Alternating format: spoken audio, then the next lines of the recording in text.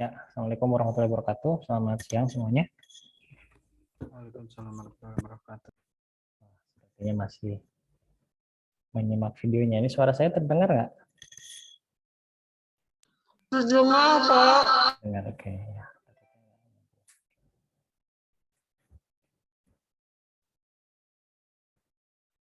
Gimana? Apa sudah disimak semua videonya? Penjelasan tentang jaringan ya.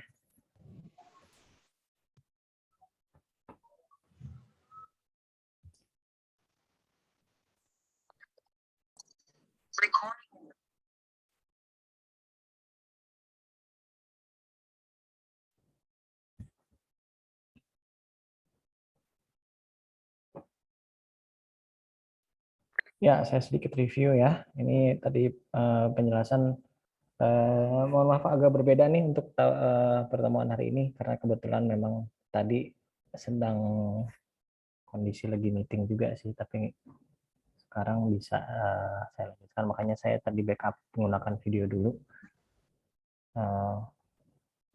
Tapi kurang lebih yang video saya share itu adalah penjelasan dari slide yang saya berikan ya. Ini tentang jaringan komputer ya. Jaringan komputer itu dari kelanjutan dari jaringan telekomunikasi. Jadi komputer bisa berkomunikasi dari komputer satu ke komputer yang lain. Lalu di sini client server ya, bentuk client server, tadi juga ada penjelasannya. Jadi satu komputer server dia akan melayani beberapa komputer klien yang menggunakan jaringan. Di sini network ya disebutnya. Nah, lalu di sini sejarah jaringan, ini sudah ada penjelasan, silahkan tadi ada ya, ada penjelasannya dimulai tahun 1940 itu dari sebetulnya dari kebutuhan militer ya. Kebutuhan militer di sini ada ARPANET ya, DARPA itu dari si Department of Defense ya, Defense Advanced Research Project Agency yang membuat proyek untuk menghubungkan komputer dengan jangkauan luas pertama kali ya, yang disebut sebagai jaringan ARPANET. Jadi ARPANET ini jaringan yang dibangun oleh militer, gitu, militer Amerika pada saat itu. Awalnya seperti itu. Terus ya berkembang ya ARPANET, terus berkembang juga ada TCP/IP, ada DNS ya, Dynamic Name Server, di sini berguna untuk penamaan IP address. Terus ada lembaga independen IEEE yang berguna untuk spesifikasi wireless LAN ya, istilah WiFi juga. Nah, terus klasifikasi jaringan. Nah, di sini ada klasifikasi jaringan LAN, terus metropolitan, sama wide area network. Nah, di sini ini berdasarkan geografis. Jadi kalau LAN itu lokal, sifatnya sebenarnya satu gedung atau satu wilayah atau satu kampus gitu ya, itu masih LAN. Kalau metropolitan itu satu kota ya, satu kota. Nah, kalau WAN ini wide area network ini bisa mendunia sampai dunia. Nah, si jaringan komputer yang terkenal saat ini adalah internet. Jadi sebetulnya internet itu adalah salah satu WAN ya, salah satu wide area network ya. Ada lagi nggak misalnya selain internet? Ada saja, mungkin untuk militer yang tidak terhubung dengan internet secara umum ya, seperti itu. Terus berdasarkan fungsi ada client server, ada peer-to-peer. Peer-to-peer itu dua komputer berhubung langsung. Kalau server harus ada servernya, seperti itu. Nah, lalu juga berdasarkan topologi. Kalau topologi itu berdasarkan posisi komputernya. Komputernya ada topologi bus, star, ring, mesh, tree, sama linear. Nah, ini berdasarkan posisi ininya ya, posisi komputernya, terus dihubungkannya mau seperti apa. Nah, itu klasifikasinya. Terus ada lagi berdasarkan distribusi sumber informasi dan data, jaringan yang terpusat dan jaringan yang terdistribusi. Kalau terpusat servernya cuma satu, kalau terdistribusi dia bisa banyak servernya dan bisa membackup server satu dengan server yang lain. Jadi kalau ada satu server terputus bisa di backup oleh server yang lain, seperti itu. Terus ada klasifikasi jaringan yang berdasarkan medianya, media transmisinya itu jaringan pakai kabel atau wired network atau dengan jaringan WiFi ya. Nah, WiFi ini yang sekarang ya sering kita gunakan sekarang ya WiFi. Kalau dulu mungkin masih banyak pakai kabel. Ini yang wireless. Oke, silahkan yang mau bertanya boleh raise hand atau bisa tulis juga di chat, nanti kita bahas apa yang ingin tanyakan, silahkan.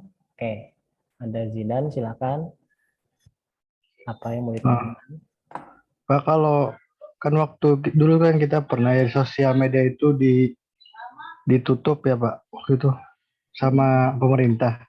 Hmm. Kemudian beberapa masyarakat Indonesia itu menggunakan VPN Pak. Hmm. Nah, VPN itu koneksinya seperti apa tuh Pak, jaringan VPN Jadi, tuh? oke, VPN ya. VPN itu adalah Virtual Private Network ya. Ini langsung saya jawab aja. Jadi Virtual Private Network itu dia menggunakan server lain untuk terkoneksi ke server suatu web atau suatu, kalau itu kan medsos lah ya. Katakanlah misalnya Facebook misalnya. Mau terkoneksi ke Facebook, kalau misalnya melalui jaringan server di Indonesia itu diblok pada saat itu. Nah, jadi dia harus menggunakan jaringan server yang di lain. Nah, otomatis dia akan jalan-jalan dulu tuh ke luar negeri. Jadi dari servernya awalnya dari Indonesia gitu ya. Nah, dari Indonesia, tapi karena dia mengakses aplikasi sosmed, nah sama server Indonesia langsung diblok. Nah, jadi si VPN ini mengakali supaya nggak keblok sama si servernya. Jadi dari server Indonesia dia akan nembak ke salah satu server yang ada di luar gitu, yang ada di luar negeri, entah itu di Singapura, entah ya itu si server VPN-nya. Nah, si server VPN-nya baru dia menembak ke sosmednya. Jadi sehingga si server Indonesia dia tidak bisa ngebaca bahwa ini tujuannya ternyata pengen ke sosmed, tapi yang kebaca adalah si server VPN-nya. Nah, kalau misalnya si server VPN-nya diblok juga, ya tetap nggak bisa dipakai si VPN-nya. Jadi kuncinya sebetulnya ketika menggunakan VPN itu ya kalau tidak dideteksi oleh si server Indonesia, ya si VPN-nya bisa berjalan. Tapi kalau memang sama-sama diblok juga oleh server Indonesia, ya tetap aja mau pakai VPN nggak akan bisa gitu. Jadi teknisnya seperti itu. Pak, kalau VPN itu IP address-nya yang kebaca dari perangkat kita atau dari VPN-nya Pak? Kalau misalnya kita Jadi menggunakan internet. kalau menggunakan VPN itu kan IP address kita itu tercatat di salah satu server dulu nih. Jadi server kita nih, servernya kita, dia akan ke apa namanya ke server yang di Indonesia dulu, server pusat. Nah, dari server pusat itu kan kebaca tuh IP address kita. Nah, lalu dari server pusat, dia akan meneruskan informasi IP kita ke tujuan. Nah, misalnya ke tujuan ke si VPN-nya. Nah, dicatatkan oleh si server VPN, si IP kita tetap kebaca karena IP kita dikirimkan oleh server Indonesia. Nah, tapi ketika di VPN, nah dia misalnya mengakses salah satu medsos gitu ya. Nah, itu yang dikirimkan bukan IP address-nya kita, tapi IP address yang buatan dari si server VPN. Itulah akibatnya kenapa nggak kebaca si kitanya ada di mana gitu ya. Ada maksudnya IP address kita nggak kebaca karena memang istilahnya ditutup sama si server VPN-nya gitu. Jadi itu yang terjadi. Nah, tapi server apa IP kita tetap tercatat di server VPN-nya. Jadi kalau misalnya ini server yang dituju, misalnya web yang dituju, dia ngetrace balik, dia akan ngetrace ke server VPN-nya.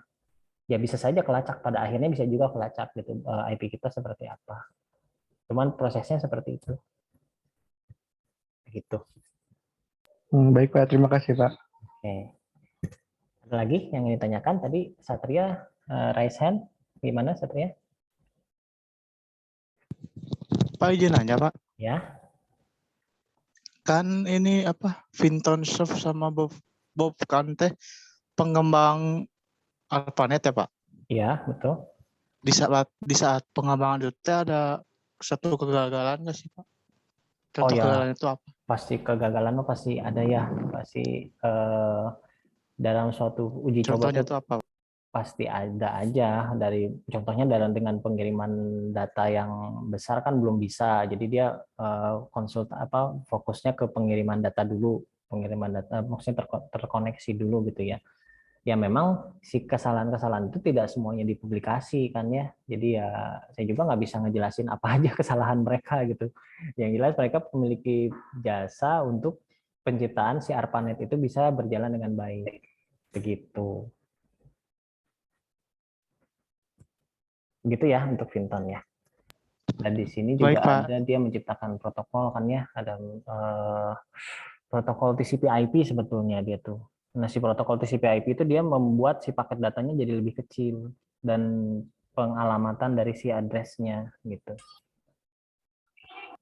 Nah, seperti itu. Oke, ada yang resen ini siapa namanya ya? Ini ada strip, tolong di rename dulu tuh namanya. Iya Pak, rapi Pak. Raffi, rename dulu Lupa. namanya biar nanti ke screenshot ada kelihatan hadir. Iya. Gimana? Eh, apa sih Pak fungsi router Pak? Router ya, router Iya, dalam jaringan ya. Nah, router iya. dalam jaringan itu dia berfungsi untuk ini apa namanya? Namanya juga routing ya, route. Dia akan menentukan jalur yang tercepat untuk mengakses si data tersebut gitu. Nah, jadi misalnya si apa kan itu biasanya di client server ya, biasanya di client server. Nah, si client server itu eh, biasanya kalau ada router itu kalau sudah sudah ada lebih dari satu komputer biasanya ada router itu. Tapi kalau cuma satu komputer itu masih bisa dengan peer to peer tanpa tanpa router pun masih bisa atau dengan jaringan client server tapi tanpa router pun masih bisa. Tapi ketika sudah banyak si datanya, nah si router itu berfungsi untuk membuat jalur gitu, jalur komunikasi data antar komputer, antar jaringan. Jadi tidak hanya dari klien ke server, tapi dari klien ke klien.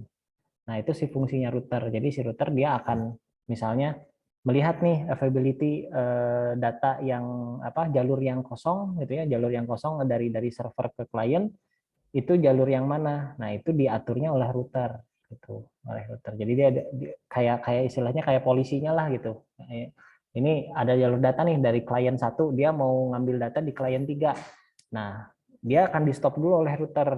Si router dia akan ngecek jalur dari server ke klien 3 itu penuh atau tidak. Misalnya di klien 4 sedang mengakses klien 3, otomatis yang klien 1 nggak akan bisa akses. Nah, itu diatur sama router. Nah, ketika si klien 4 udah selesai mengakses klien 3, baru si klien satunya dilanjutkan. Nah, yang bertugas untuk stop dulu terus masuk, nah itu adalah si router. Analoginya kayak gitulah, seperti itu. Iya Pak, makasih Pak. Iya. Nah, biasanya itu kalau udah jaringannya banyak ya, kalau jaringannya 5 atau ya routernya juga nggak terlalu banyak, biasanya cuma router isi slot 4 juga cukup gitu. Tapi kalau udah jaringannya satu kantor yang misalnya jumlah komputernya ada berbagian-berbagian, bahkan kalau komunikasinya antar server, jadi dalam satu kantor itu ada server 1, server 2, nah itu router sangat berpengaruh untuk kecepatan data. Gitu. Seperti itu. Oke, ada lagi yang mau bertanya? Sekali lagi Pak, boleh. Boleh, silakan. Kalau di ini kan ada istilah proxy Pak. Proxy itu apa sih Pak? Proxy ya. Proxy itu proxy server, kadang-kadang disebutnya juga proxy server, tapi ada juga si proxy itu dimasukkan ke dalam si layanan server itu sendiri. Jadi proxy itu fungsinya untuk seperti cache gitu, seperti cache memory ya. Jadi kita misalnya sudah mengakses, katakanlah kita sudah mengakses YouTube misalnya ya, nah, sudah mengakses si web YouTube gitu. Nah, beberapa bagian dari si YouTube tersebut itu di-download oleh si server dan ditaruh di server. Sehingga ketika si akses tersebut sering gitu ya, sering dia lakukan akses ke si video tersebut itu udah tersimpan di server. Tapi tentunya terenkripsi dengan bahasa server proxy ya. Nah, ketika si data tersebut sudah makanya disimpan di dalam proxy server. Nah, itu fungsinya supaya untuk mempercepat akses. Jadi kalau misalnya ada satu web yang sering diakses oleh si kliennya, itu akan tersimpan di proxy server. Nah, sehingga dia akan aksesnya kan lebih cepat dibandingkan dia mengakses ke internet kalau udah disimpan di situ. Khusus untuk tampilan sih. Tapi kalau misalnya tampilan tersebut membutuhkan request data ke ininya, ke apa namanya, ke server si pusatnya, ya tetap dia akan akses ke jalur sana internet. Nah, cuman fungsinya proxy itu adalah itu dia akan melakukan penyimpanan sementara di sebuah server gitu ya, disimpan gitu sama dia. Lalu dia diakses oleh si klien, otomatis kan kecepatan aksesnya lebih cepat dibandingkan dia harus jalan-jalan dulu ke internet kan gitu. Nah, dia akses ke situ. Cuman kalau ada request yang membutuhkan data dari internet, ya tetap dia akan akses. Cuman setidaknya data yang serupa itu sudah tersimpan di server, di proxy server. Jadi dia lebih cepat. Ya, Jadi fungsinya kan kalau kita masuk ke suatu website sering ada gitu Pak yang minta katanya allow cookies gitu Pak, perizinan cookies. Oh, Sama nggak cookies. Pak fungsinya seperti itu? Oh, beda. Kalau cookies itu beda lagi. Kalau proxy itu kan dia menyimpan ininya ya, menyimpan si webnya di dalam servernya. Kalau cookies itu lebih ke memori, lebih ke memori variabel. Jadi memori variabel kalau cookies itu kan disimpannya di ini ya, di komputer kliennya. Nah, cookies itu disimpan di komputer kliennya. Ada lagi istilahnya selain cookies itu ada satu lagi. Tapi disimpannya di server. Nah, kalau cookies itu disimpan di klien, tapi disimpan di klien itu hasil dari si webnya. Jadi gini, webnya itu dia punya cache memory beberapa, misalnya user ID, password atau apa gitu ya. Terus informasi-informasi penting lah dienkripsi. Nah, supaya dia menjadi unik ya, supaya dia menjadi unik. Tujuannya untuk unik sih. Unik itu apa? Karena si klien itu misalnya gini, dia mengakses sebuah video di YouTube gitu. Akan berbeda dengan user yang lain kan. User yang lain kan dia juga punya histori mengakses yang lain gitu. Nah, si histori tersebut disimpannya, historinya gitu ya, histori si alamat-alamat itu. Nah, histori tersebut disimpannya di cache. Jadi ketika si YouTube-nya itu apa? Bukan YouTube-nya, ketika si webnya itu membuka, terus dia ngelihat cache, ngelihat cache atau ngelihat cookies yang ada di komputer klien. Nah, dia akan menyesuaikan dengan histori yang ada gitu. Nah, jadi setiap orang ketika ada cookies itu, pakai cookies itu, punya tampilan yang berbeda gitu, punya tampilan yang berbeda, lebih personal. Tujuannya sih ke sana si cookies itu. Seperti itu. Jadi kayak variabel sementara yang disimpan di komputer kliennya gitu, komputernya bukan di servernya, begitu. Kebayang nggak maksudnya? Ya. Berarti kayak SEO gitu Pak, berarti ada di proxy gitu. Ya, SEO. SEO SEO yang gitu kan. maksudnya yang iklan itu? Yang search engine itu Pak. Kayak ada iklan-iklan gitu, search engine optimization. Bisa kalau si search Dari engine-nya proxy ya? kalau search engine-nya memang diinstal di proxy itu bisa berada di proxy. Hmm. Nah, tapi keterbatasan kan kalau misalnya yang ada di proxy ya yang ada di server aja. Tapi begitu di searching-nya yang lain gitu ya, yang lain gitu selain yang ada di proxy ya dia akan akses ke internet. Seperti itu. Beda kan Pak, alat proxy sama proxy server sama servernya itu beda perangkat Pak. Enggak, jadi beda perangkat. Jadi gini, konsep proxy itu awalnya di satu perangkat yang sama, jadi satu perangkat server yang sama gitu. Tapi kalau kebutuhan proxy-nya bisa diperbesar gitu ya. Jadi si kebutuhan proxy-nya bisa diperbesar. Nah, si kebutuhan proxy diperbesar itu dia ngeluarin pakai proxy server lagi. Jadi ada dua servernya. Tapi sebetulnya sama, awalnya satu kesatuan gitu. Cuman ada kebutuhan akan si proxy-nya lebih besar, otomatis membutuhkan server yang lain gitu. Jadi kayak extendnya dari misalnya, oh ini nggak cukup pakai server aja di proxy, dia butuh memori tambahan.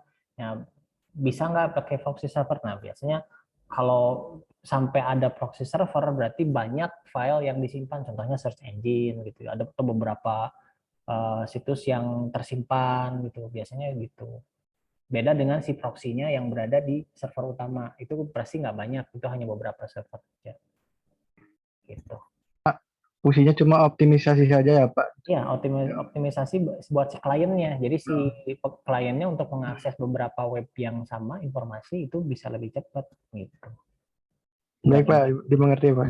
Dibandingkan dengan langsung nembak. Jadi itu sebenarnya kayak layanan server lah, layanan server untuk ke si kliennya. Gitu. Oke, ada lagi yang mau bertanya? Ya, silakan Fauzan. Ya Pak, saya izin bertanya. Ini tuh saya kan pernah Pak ya, saat saya pakai kabel internet itu, internet saya itu kan pernah lambat Pak ya. Terus Ya. saya searching di Google, katanya itu cara mempercepatnya itu pakai Google DNS, Pak. DNS itu dirubah menjadi Mm-mm. 8888 gitu kan, Pak. Iya, Tapi setelah saya coba itu malah makin lama. cepet malah, Pak, gitu. Oh, cepet. Nambah cepet terus. Jadi di sini saya mau bertanya, jadi ngaruhnya itu bagaimana cara kerjanya kok bisa cepet gitu saya searchingnya lewat Google DNS itu, ya gitu aja, Pak. Oh ya, oke. Nah, Google DNS itu adalah salah satu server lagi ya, salah satu server yang menerjemahkan si IP address. Jadi IP address itu diterjemahkan menggunakan si server DNS. Nah, server DNS itu kadang-kadang kalau yang di lokal gitu ya, kadang-kadang yang di lokal itu yang punya kita lah, kadang-kadang suka penuh trafficnya gitu ya, trafficnya suka penuh. Nah, akhirnya kita bisa ngakalin dengan mengganti si DNS-nya dengan DNS Google. Nah, ketika saat itu mungkin ke DNS Google sedang low traffic-nya, jadi bisa lebih cepat aksesnya. Jadi yang terjadi seperti itu sebetulnya. Tapi kalau dalam kondisi normal, tetap DNS Google kan posisinya bukan di luar maksudnya bukan berada di lingkup Indonesia gitu ya, adanya kan di luar servernya. Nah, itu jadi tetap lebih lama dibandingkan dengan DNS yang berjalan dengan normal. Nah, itu sih sebetulnya karena dia pasti jalan-jalan dulu, jadi kayak model mirip kayak VPN lagi jadinya. Jadi dia mau ngeakses Google, dia harus keluar dulu, udah itu baru balik lagi. Itu kalau yang cara kerja si DNS Google-nya. Sementara kalau DNS lokal kan pasti dia langsung menerjemahkan. Cuman masalahnya ketika si DNS lokalnya trafficnya banyak dan down, ya otomatis kan kita nggak bisa akses internetnya, jadi lama banget gitu. Nah, kita bisa akalin dengan akses ke DNS yang lagi sepi ya, contohnya ke DNS Google seperti itu. Ya, kebayang nggak prosesnya? Iya, Pak, bisa dipahami ya. Terima Ya. kasih, Pak. Oke, sama-sama. Jadi kayak apa ya? Jaringan internet itu mirip kayak jaringan jaringan jalan gitu ya, kalau di kita tuh jalan-jalan gitu, ada jalan tol gitu kan, ada jalan provinsi sampai ke jalan desa gitu. Nah, sama pada dasarnya prinsipnya sama, dan jalan yang ada di dalam itu kan kita pakai kendaraan. Nah, kendaraan itu adalah si paket data gitu, paket data. Jadi kalau misalnya katakanlah ke salah satu alamat server di mana si paket datanya penuh gitu ya. Kalau misalnya kendaraannya penuh kan macet tuh. Ya sama, itu juga yang terjadi kemacetan. Jadi loadingnya lama gitu karena memang trafficnya lagi penuh. Gitu. Jadi istilahnya ada request time out. Nah, ada request time out itu ketika kita mau masuk ke jalur itu, tapi si jalurnya nggak ngasih karena memang lagi penuh trafficnya. Jadi nggak ada feedback nggak nyampe lah gitu ya ke posisi yang kita request. Akhirnya di feedback balik dengan request time out karena ada waktu tunggu gitu. Ada waktu tunggu ketika respon tersebut tidak direspon oleh server yang kita tuju. Kalau nggak direspon ya berarti si istilahnya routernya ngasih message kayak gitu bahwa ini request time out. Jadi waktu tunggunya sudah habis, berarti nggak bisa akses si server tersebut kayak gitu. Oke, ada lagi yang mau bertanyakan? Biasanya banyak nih kalau untuk jaringan komputer tuh karena banyak sekali bahasannya. Ya, silakan, Rafif. Pak, saya ingin nanya, kalau Kursel itu apa ya? Gimana? Kurang jelas? SSH itu apa ya? SSH. Iya, Sekursel. Oh, SSH itu ini itu biasanya di Linux ya. Nah, di Linux itu untuk mengakses ini kayak command prompt-nya lah gitu ya. Kalau di Windows itu kan kayak command CMD gitu ya. Nah, kalau di Linux itu SSH, cuman SSH ini dia jalurnya secure gitu. Jadi versi command prompt yang bisa terkoneksi ke server, ke salah satu server, ke network lah. Nah, cuman dia jalurnya secure, jalurnya terenkripsi gitu ya, tidak bisa tidak bisa diblok gitu. Ya tidak bisa dihack lah. Maksudnya ada sisi security dari sisi firewall-nya juga gitu untuk si SSH-nya. Nah, biasanya SSH ini digunakan untuk setting ya, untuk setting jarak jauh biasanya, untuk setting server. Makanya kenapa harus pakai SSH. karena jalur-jalurnya nggak boleh ke apa ke ke potong sama traffic gitu. Makanya pakai jalur khusus gitu, namanya SSH. Seperti itu. Baik, Pak. Terima kasih. Ya. Tapi biasanya itu istilah di Linux sih kalau SSH. Atau istilah orang-orang jaringan sih pakai SSH gitu. Untuk setting klien biasanya, setting klien. Kayak gitu.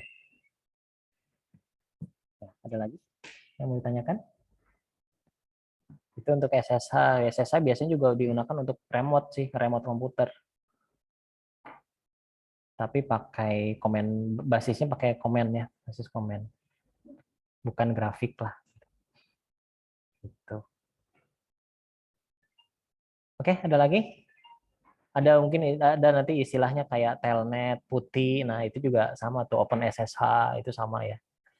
Itu tools-tools jaringan yang fungsinya untuk setting komputer dari jarak jauh sebetulnya. Oke, Zidan, silakan lagi. Yang tanyakan lagi. Kan tiap ini Pak mau tanya tentang kan tiap apa website itu ada domain ya Pak kayak .go atau .com, .net, .org. Nah, kenapa kan ada yang ini suka masukin gitu Pak. Itu cara dia bisa masukin gimana Pak? Akar dari pemasukan website gitu.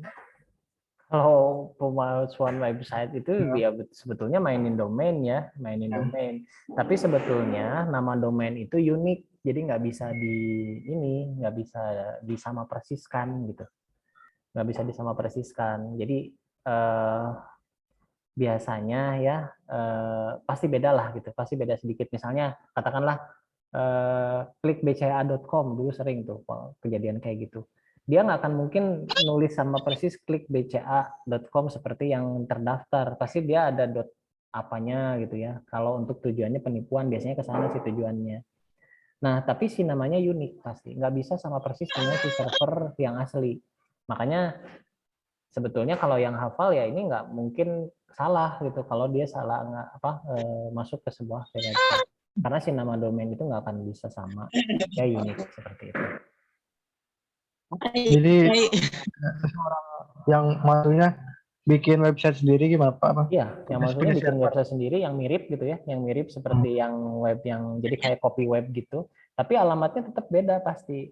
Kayak gini aja lah contoh-contoh kayak apa yang suka melakukan penipuan lewat SMS itu ya silakan hubungi Blogspot gitu, depannya tuh belakangnya Blogspot. Itu kelihatan kan berarti itu bikin web sendiri terus belakangnya apa gitu. Nah, kalau servernya itu kemana Pak? Ya servernya pasti server yang dia bikin. Dia kalau Blogspot kan free ya. Kayak contoh kayak gitu, Blogspot kan free, dia bisa bikin kayak gitu. Atau bisa juga pakai server berbayar. Cuman pasti namanya itu nggak akan sama persis dengan yang officialnya gitu. Dengan si officialnya. Seperti itu. Ya makanya ya hati-hati juga nih kalau ada informasi, periksa dulu bener nggak dari official webnya, karena kadang-kadang orang melakukan penipuan tuh dari situ, gitu, dari mengecoh gitu ya, seperti mirip tapi padahal bukan asli. Gitu. Oke, ada lagi pertanyaan?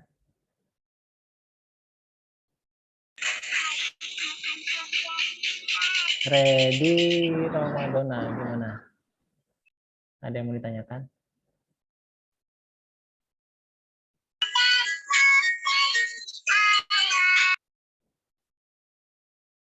Oke, ready gimana? Tadi open mic untuk ready.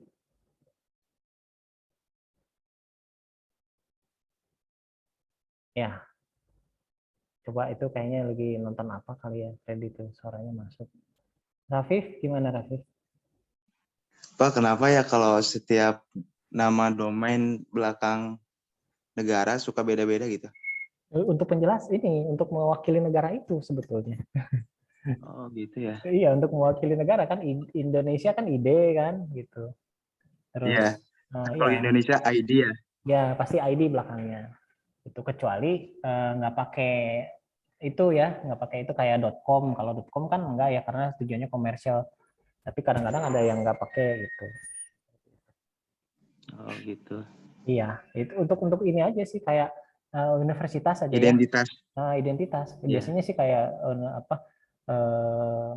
website pemerintah, government gitu ya. Terus website pendidikan. Nah, itu pasti ada belakangnya gitu. .uk, .id gitu kan. .us.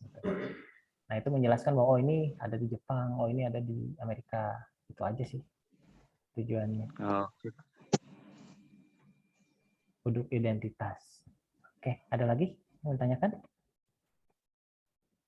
Untuk jaringan.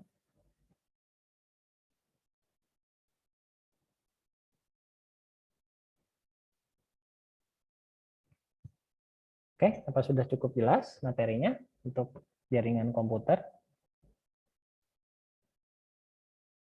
Ya, silakan Syam. Bapak mau nanya, kalau misalnya fungsi ARPANET itu sendiri apa sih, Pak? Nah, ARPANET itu sebetulnya jaringan komputer yang pertama kali dibangun ya, jaringan komputer. Ya, awalnya kan sebetulnya dari ini ya, dari universitas awalnya hanya beberapa perguruan tinggi, terus dari lab sih sebetulnya, dari lab. Terus akhirnya kan berkembang dan ternyata oh bisa dilakukan komunikasi antar komputer dan akhirnya dimanfaatkan oleh ini apa Departemen Pertahanan Amerika. Nah, pada saat itu dibangun tujuannya yaitu untuk sebetulnya untuk komunikasi militer aja, untuk komunikasi untuk keperluan militer awalnya gitu.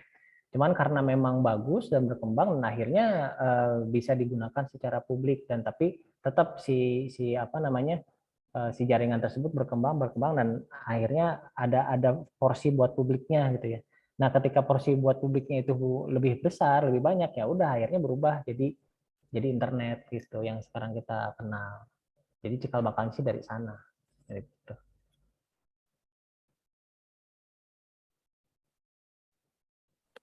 Baik, Pak, terima kasih. Nah, Terus untuk kalau ARPANET sendiri itu tuh singkatan dari apa, Pak? Apa emang disebutnya ARPANET gitu? ada singkatannya itu dari apa ya tadi ada di slide kalau nggak salah ARPANET itu tentang bentar. Itu dari apa sih namanya? Bentar, saya lupa sih panjangannya apa. Tapi itu singkatan sih sebetulnya. Nah, singkatan dari Advanced Research Project Agency Network ya. Jadi sebetulnya tingkat yang itu digunakan buat si Departemen Pertahanan sebetulnya. Departemen Pertahanan. Jadi kepanjangan ya, itu maksudnya bukan apa singkatan lah, ARPANET itu singkatan. Seperti itu. Oh iya, Pak, baik, terima kasih. Nah, jadi bisa ngebedain ya, apa itu internet, apa itu ini ya, local area network ya. Kalau bedanya WAN ya, wide area network dengan internet apa? Ada yang bisa jawab nggak? Bedanya wide area network dengan internet.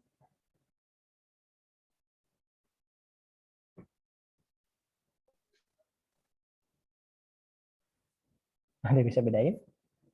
So, gimana, Syam? Kalau nggak salah dengar ya, Pak, kalau Ya. internet itu adalah salah satu contoh dari WAN itu, Pak. Iya, betul. Itu ya jawabannya. Jadi kalau ada yang nanya, jadi bisa dong misalnya kita bikin jaringan sendiri yang tidak terhubung dengan internet, tapi skalanya WAN, bisa nggak?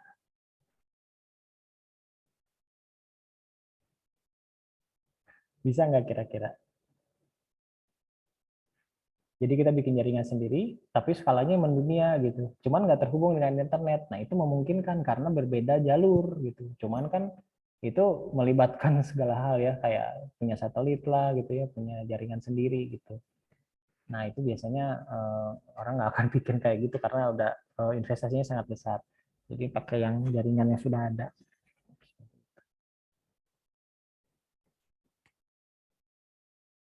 Oke, ada lagi ditanyakan? Silakan. Silakan Syam atau Zidan. Bapak mau tanya, Kalau tadi itu kan ada tipe yang star dan ring ya, Pak. Ya, Kalau misalnya dari gambar tuh mereka mirip, tapi perbedaan dari mereka itu apa sih, Pak? perbedaannya itu dari paket datanya, ya, dari paket data yang dikirim didistribusikan dari si servernya. Gitu. Jadi kalau yang didistribusikan dari cara mereka, cara si servernya memperlakukan klien sebetulnya.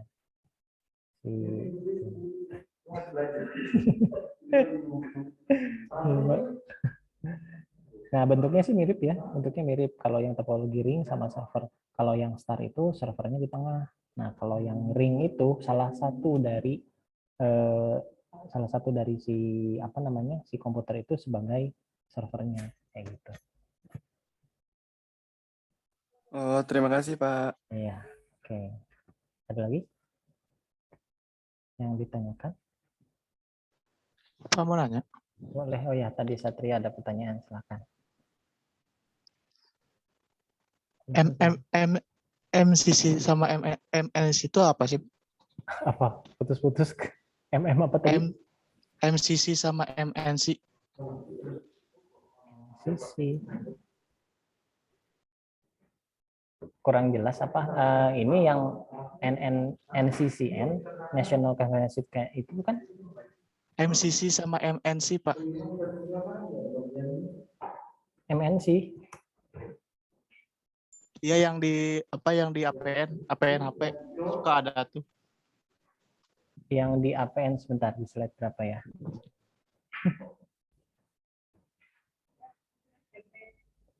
Ya.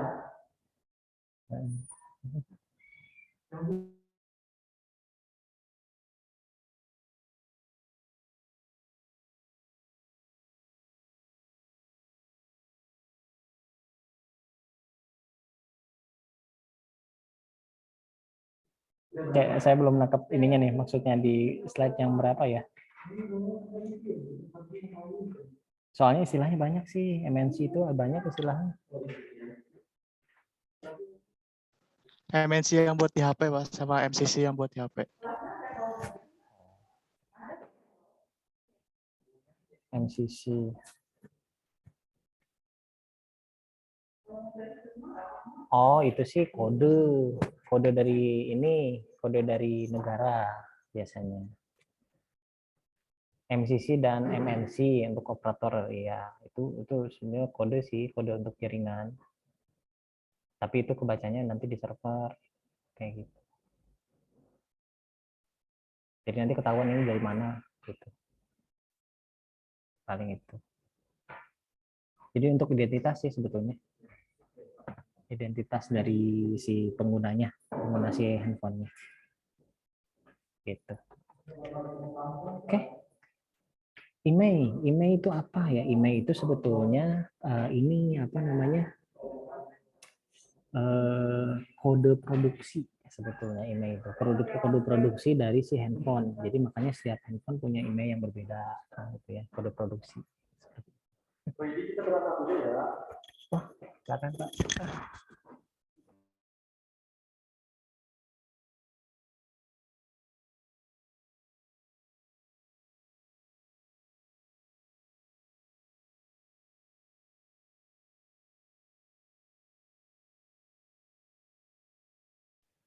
Oke, mohon maaf tadi ada gangguan. Ya, gimana? Ada lagi yang pertanyaan? Tadi tentang ini ya, tentang multimedia card. Oh, multimedia card berbeda lagi. Kalau multimedia card itu lebih ke kartunya ya. MMC mau lebih ke kartunya, ke kartu yang ada di handphonenya untuk apa namanya itu storage lah, penyimpanan storage. Ini untuk yang Irfan ya bertanya. Terus kalau email ya tadi ya, email itu adalah kode produksi dari si handphonenya. Makanya setiap handphone pasti beda ininya, emailnya. Karena itu salah satu kode produksi yang merupakan identitas produksinya di mana, seperti itu. Oke. Ada lagi yang ditanyakan? Tadi ya untuk MNC sama MCC sudah jelas ya.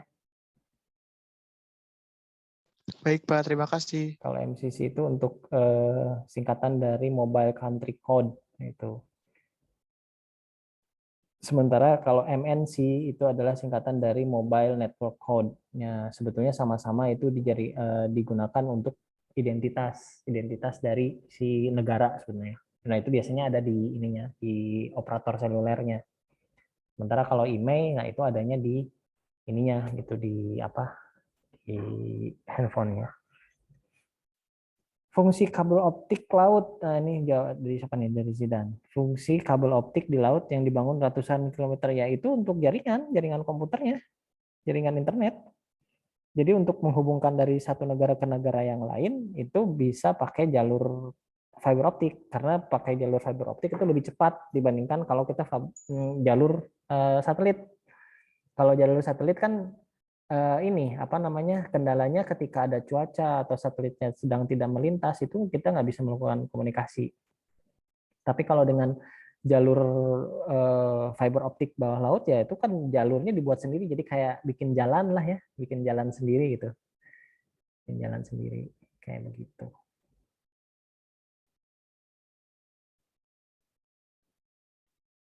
Kebayang nggak? Jadi kayak bedanya kayak gini aja lah, kayak misalnya kita berlangganan dengan apa namanya, dengan koneksi internet menggunakan kabel, terus berlangganan koneksi internet tapi wireless, tapi ya seperti operator ya, operator seluler lah itu kan wireless ya, nggak pakai kabel. Sementara ada yang broadband yang pakai kabel, yang pakai fiber optik. Nah itu beda kan. Nah bedanya kalau yang pakai kabel dia nggak akan terpengaruh oleh cuaca gitu kan. Tapi kalau yang pakai wireless ya pasti berpengaruh. Kalau cuaca lebih buruk pasti koneksinya buruk. Sama itu juga fungsinya untuk yang kabel optik bawah laut. Nah, dia menghubungkan dari satu negara ke negara yang lain gitu, atau dari satu benua ke benua yang lain. Fungsinya ya sama untuk koneksi internet gitu. Kenapa fiber optik? Karena kabel optik ini yang jalur transmisi yang paling cepat saat ini ya. Saat ini mungkin nanti akan ditemukan lagi yang lebih cepat dari yang fiber optik. Begitu. Jadi Pak kalau akses YouTube internetnya lewat itu Pak, kabel optik. Belum tentu bisa saja. Baru keluar, baru aja keluar.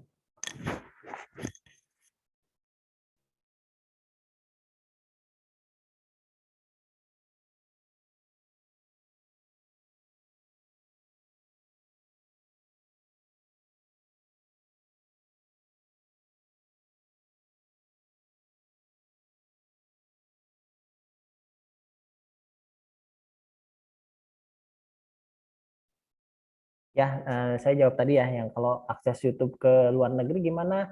Tergantung ya. Kalau si server YouTube-nya berada di kontennya gitu ya, kontennya itu berada di server Indonesia, ya dia nggak perlu sampai keluar gitu. Karena kan sebetulnya server YouTube itu tidak satu, tapi banyak gitu. Yaitu konsepnya dari yang proxy itu ya, proxy server itu. Jadi YouTube itu bisa saja dia, bukan bisa saja, memang membangun server kan, membangun server di Indonesia. Nah, si server tersebut untuk istilahnya melayani orang-orang yang ada di Indonesia. Tapi kalau ada konten yang kita akses itu ternyata kontennya berada di server luar, ya otomatis dia akan melalui jalur itu, jalur bawah laut atau jalur satelit. Tergantung dari jalurnya seperti apa.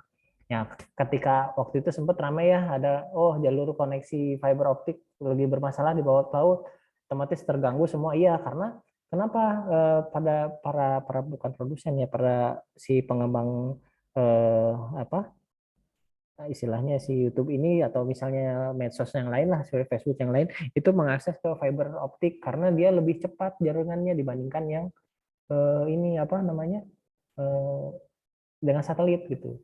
Sehingga kalau pas ada koneksi luar negeri, ya mereka pasti ngaksesnya ke sana. Begitu ada masalah di fiber optik bawah lautnya, ya udah berarti koneksinya terganggu, bermasalah. Seperti itu. Jadi tergantung ya akses YouTube-nya yang mana dulu, dan kita nggak tahu biasanya ini lokasinya ada di mana gitu. Nah biasanya kan kalau misalnya kita lokasinya yang YouTuber yang luar negeri lah, nah itu biasanya yang aksesnya keluar. Tapi kalau yang di lokal biasanya sih dia di server lokal adanya kayak gitu. Oke, dari Irfan ada cara kerja repeater. Nah repeater itu sebenarnya penguat sinyal sih, penguat sinyal ya. penguat sinyal dari si klien. Jadi klien misalnya dari servernya jauh nih. Jadi kalau dari katakanlah dari gedung satu ke gedung yang lain itu kan jaraknya jauh. Nah, jarak itu juga mempengaruhi sinyal. Nah, ketika dia kena sebuah repeater, nah dia akan memperkuat si sinyal tersebut. Dia akan nembakin lagi ke servernya. Gitu. Jadi fungsinya untuk penguat sinyal sih repeater itu cara kerjanya. Seperti itu. Oke, ada lagi yang mau tanyakan?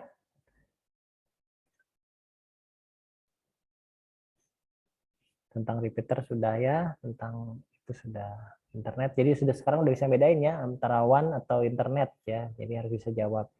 Jadi internet itu salah satu contoh, bukan contoh sih, salah satu bentuk dari si internet.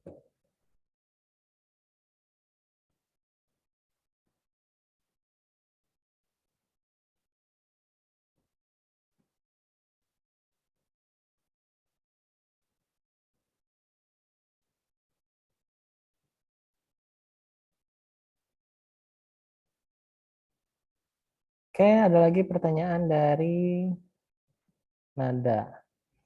Nada di sini sekarang lagi banyak cybercrime. Supaya terhindar dari cybercrime gimana? Ya, sebetulnya gampang sih. Jangan mengakses web yang nggak jelas ya. Web yang nggak jelas itu hati-hati aja karena bisa saja di sana ada program sisipan gitu. Sementara sebetulnya cybercrime itu bukan lagi rame ya, dari dulu juga ada gitu. Bahkan ya sampai sekarang tuh pasti ada terus gitu cybercrime karena kayak di mana ada yang baik pasti ada yang buruk lah, itu kayak semacam pasangan lah. Nah, cara kita untuk menghindarinya ya yang tipsnya pertama ya kita jangan mengakses web yang nggak jelas itu web hacker atau web misalnya eh, video atau konten yang nggak jelas itu ya, itu jangan juga lah ke sana gitu, atau yang mengambil apa software gratis. Nah, itu juga kadang-kadang daya tariknya ke sana. Tujuannya ya sebetulnya ingin mencari informasi yang ada di kita, informasi apapun gitu ya, entah itu bisa saja kan di handphone kita tuh ada istilahnya informasi tentang PIN ATM gitu, atau tentang nomor rekening gitu kan, atau tentang kartu kredit. Nah, itu yang bisa dicuri untuk cybercrime itu. Nah, memang caranya ya kita jangan menyimpan informasi tersebut di handphone kita atau di komputer kita yang terkoneksi dengan internet. Itu salah satu tips yang kedua gitu. Yang pertama, jangan pernah mengakses web yang berbahaya. Makanya kadang-kadang kan di browser itu suka ada peringatan ya, ini web ini berbahaya. Nah, itu janganlah untuk kalau ingin menghindari cybercrime. Terus yang kedua ya kita jangan menyimpan informasi sensitif di komputer atau di handphone kita yang terhubung dengan internet karena bisa saja terambil oleh orang lain. Jadi tetap data-data informasi atau pribadi kita simpan aja di hard disk yang tidak terkoneksi dengan internet seperti portable hard disk gitu ya, atau di flash disk gitu. Nah, jadi nanti kalau mau mengakses data informasi ya tinggal di close dulu internetnya baru kita bisa akses. Seperti itu ya. Oke, ada lagi yang ingin ditanyakan? Topologi star itu bisa dipakai di mana? Terus kekurangan dari topologi star apa? Topologi star itu sebetulnya hanya berlaku untuk LAN ya, LAN yang kecil gitu. Dia jadi yang si servernya itu ada satu server, terus dia terkoneksi ke beberapa klien. Nah, kelemahannya sih sebetulnya ini apa namanya? Kekurangannya sebetulnya dia tidak bisa untuk komputer yang lebih besar, maksud jaringan yang lebih besar, jaringannya ada terbatas lah ya, jaringan terbatas. Nah, kalau jaringannya sudah mulai besar, itu udah nggak cocok lagi pakai star, tapi pakainya yang mesh biasanya, yang mesh yang dia dari satu klien ke yang lain bisa bisa berkomunikasi langsung, bisa seperti itu. Jadi nanti tergantung dari kapasitas itunya, jaringannya sebetulnya. Seperti itu. Oke, ada lagi? Untuk Yogi silahkan open mic aja biar yang lain juga dengar. Yang mau ditanyakan apa? Pak, izin nanya Pak. Ya. Cuman out of the topic nggak apa-apa Pak. Ya, mudah-mudahan masih bisa jawab. Silakan. Simpel aja sih Pak, pengen nanya apa bedanya HTTPS sama HTTP Pak? Itu aja. Oh, itu HTTPS dan ya ini masih hubungan dengan jaringan ya gitu. Kayak siapa? Oke. HTTPS dan HTTP, jadi gini, itu setiap web itu kan karena hubungannya dengan cybercrime ya.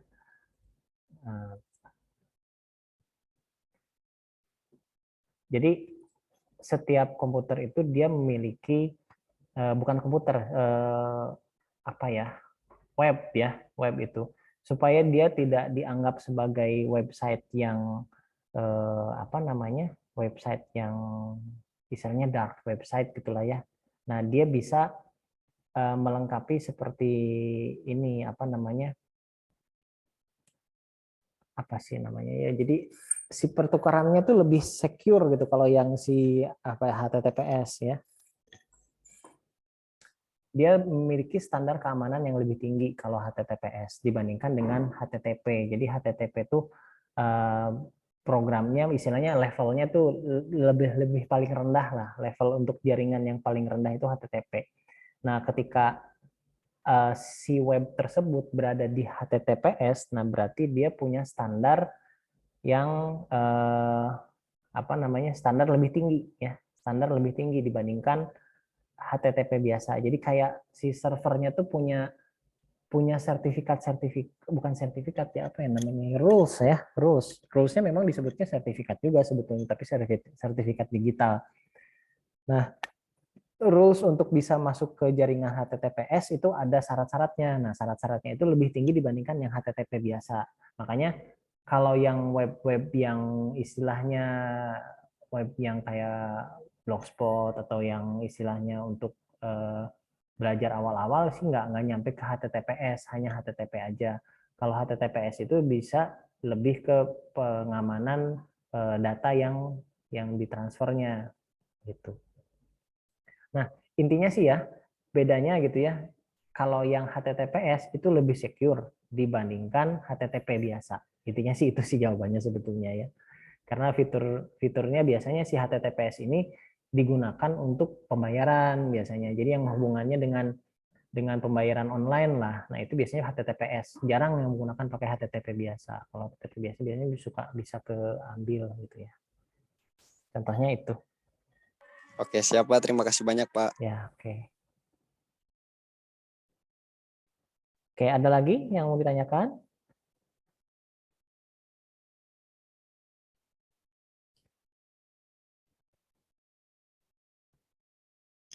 Ya. Sudah cukup penjelasannya? Oh, ada lagi Arul, silakan. Yuk. Izin nanya Pak. Ya, boleh. Maaf kalau misalnya keluar topik ini. Kan itu kan kalau misalnya ada software bajakan itu kan suka terdetek virus kan Pak.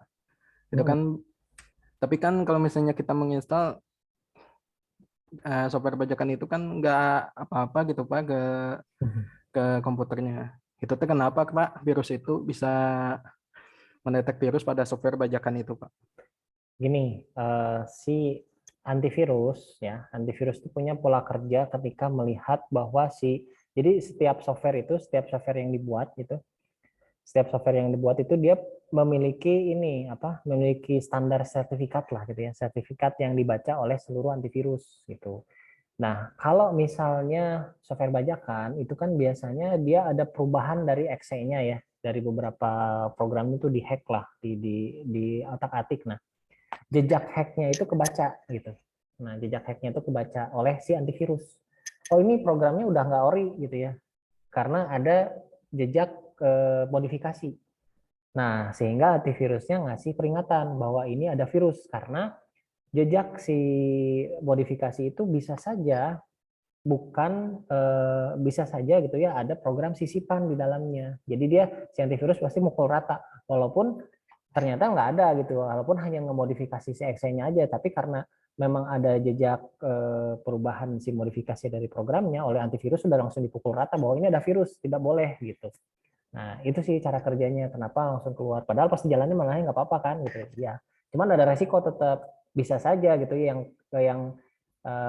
kita anggap ini sih nggak apa-apa, tapi ternyata memang ada program sisipan. Nah, itu yang berbahaya. Program sisipannya apa? Bisa saja ada malware, ada ransomware ya, kadang-kadang bisa aja seperti itu. Makanya ya hati-hatilah ya, resiko tanggung sendiri kalau pakai software bajakan seperti itu. Oh, seperti itu ya, Pak. Resikonya Terima- ada. Ya, Pak, terima kasih, Pak. Oke. Ada lagi nggak yang mau ditanyakan?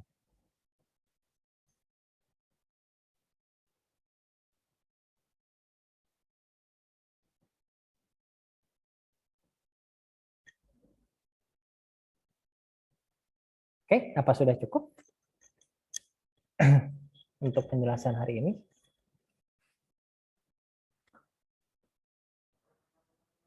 Oke, waktu kita juga sudah habis ya. Kita screenshot dulu ya yang hadir hari ini.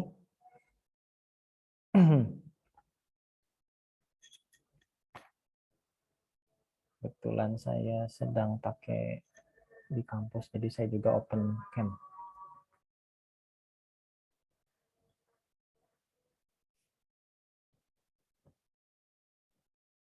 Oke, siap ya. Kita screenshot dulu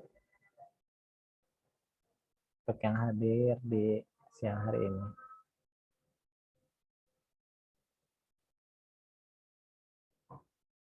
Baik, siap ya. 1, 2, 3.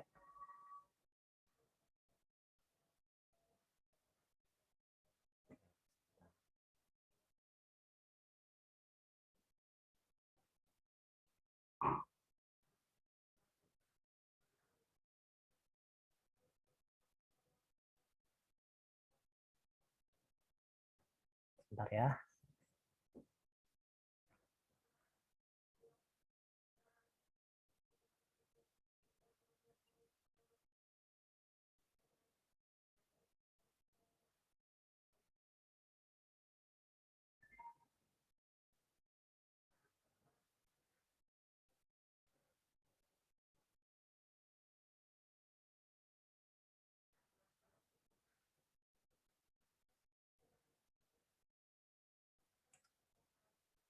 Oke, kita yang halaman 2 dulu.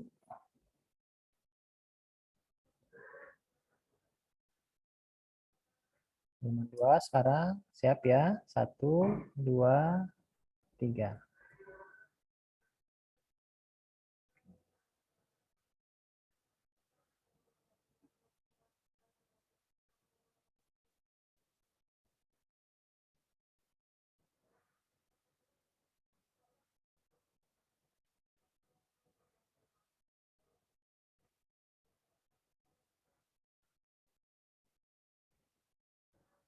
Ya.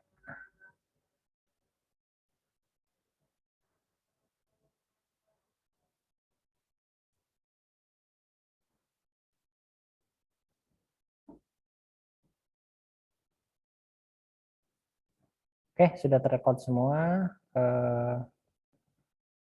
Materi kita cukup dulu ya di siang hari ini.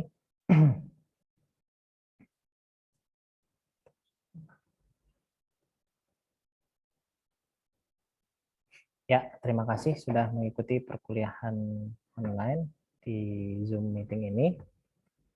Kita nanti bertemu lagi di minggu depan ya untuk materi yang lain.